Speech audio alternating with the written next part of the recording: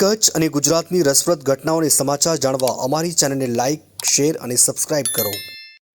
માધાપર કચ્છ ખાતે મોરારી બાપુ દ્વારા ભવ્ય રામકથાનું દિવ્ય આયોજન કરવામાં આવ્યું છે. આ પાવન કથાનું નિમિત્ત મનોરથી ડબાસિયા પરિવાર દ્વારા કરવામાં આવ્યું છે, જેમાં મોટી સંખ્યામાં કથા રસિકો ઉમટી પડ્યા હતા. કથાના ત્રીજા દિવસે ખાસ કરીને ભક્તિ અને ભાવનાનો અદ્ભુત માહોલ જોવા મળ્યો હતો. પૂજ્ય બાપુના શ્રી મુખેથી વહેતી રામકથાએ શ્રોતાઓને ભાવ વિભોર કરી દીધા હતા અને દરેક ભક્ત ભક્તિ રસમાં લીન થયો હતો. આ પ્રસંગે અનેક મહાનુભાવો હાજર હતા, જેમાં પૂજ્ય મહામંડલેશ્વર જાનકીદાસજી બાપુ, ભાન તીર્થ કમીઝલા, લઘુ મહંત સુરેશદાસજી વિરાણી, પૂર્વ રાજ્યમંત્રી વાસણભાઈ આહિર, પૂર્વ સાંસદ પુષ્પદાન ગઢવી, વિનોદભાઈ સોલંકી, મનોજભાઈ સોલંકી, દેવરાજભાઈ ગઢવી, નાનો ડેરો, હાસ્ય કલાકાર દિગુભા તેમજ લખમણસિંહભાઈ ચાવડા સહિતના આગેવાનો ઉપસ્થિત રહ્યા હતા. આ સમગ્ર આયોજન ભક્તિ, સંસ્કાર અને સામાજિક એકતાનો સુંદર સંદેશ આપતું બન્યું છે. રામકથાના આગામી દિવસોમાં પણ મોટી સંખ્યામાં ભક્તો જોડાશે તેવી આશા વ્યક્ત કરવામાં આવી રહી છે. જય સિયારામ. મારું નામ વિનેશભાઈ સાધુ. હું અહીં માધાપર રહું છું. હું વૈષ્ણવ સાધુ જ છું. બાપુની કથા જ્યારથી પ્રારંભ થયો ત્યારથી જ એક આમ માનવ મહેરામણ જાણે ઉમટ્યો હોય એવું લાગે. શોભાયાત્રા નીકળી, પૂજ્ય બાપુ રઘુનાથજી મંદિરે પધાર્યા.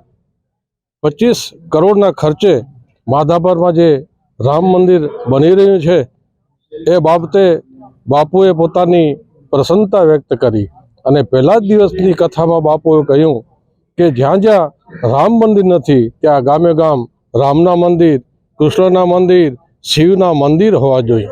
અને વિશેષ બાપુએ એ પણ કહ્યું કે રામનવમી આવી રહી છે ત્યારે ગામો ગામ રથયાત્રા નીકળવી જોઈએ, રામનું સ્મરણ ગામે ગામ થવું જોઈએ.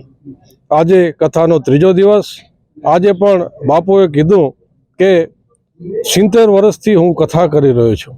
આ મારું અનુભવનું ભાતું છે. ઘણા એમ કહે કે કથામાં વારંવાર એકને એક વસ્તુ શું કથા સાંભળવી, પણ એવું નથી. કારણ બાપુએ આજે જણાવ્યું કે કથા એ દરિયા સમાન છે. જેમ દરિયો ભરાતો નથી એમ રામકથાના શ્રવણ કરવાથી ક્યારે મન ભરાતું નથી. આ તો એક દરિયો છે, સમુદ્ર છે. જેમ જેમ સાંભળો એમ હૃદયમાં ઉતરે છે. એટલે બાપુએ જે વિશાળ સંખ્યામાં અહીં શ્રોતા વર્ગ કથા સાંભળવા માટે ભાવિકો આવે છે એ માટે પણ પ્રસન્નતા વ્યક્ત કરી. અને જે આયોજકો છે એમના તરફથી, જે ધીરેશભાઈ યજમાન છે એમના તરફથી પણ અહીં સારી મજાની રસોડાની વ્યવસ્થા કરવામાં આવી છે. રોજ લગભગ અત્યારે 20 થી 25 હજાર માણસો પ્રસાદ લે છે. સવારના નાસ્તો, બપોરના પ્રસાદ, સાંજના પણ પ્રસાદ હોય છે. એટલે બહુ વિશાળ રીતે લોકો આ કથાનો લાભ લઈ રહ્યા છે. અને આજે ત્રીજા દિવસની આ મંગલ કથાથી કથા આગળ વધી રહી છે.